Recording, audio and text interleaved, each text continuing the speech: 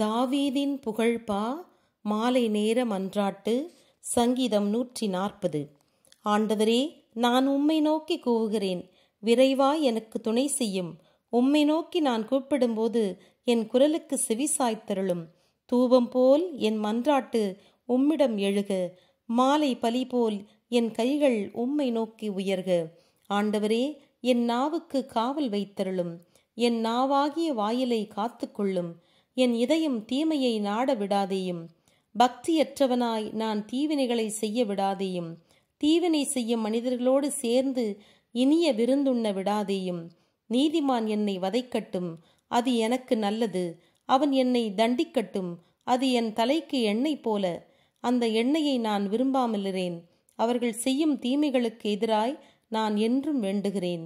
அவர்களுடைய தலைவர்கள் கல்மலையிலிருந்து கீழே தள்ளுண்டு போகிறபோது என் வார்த்தைகள் எவ்வளவு இனிமையானவை என்று கேட்டறிவார்கள்.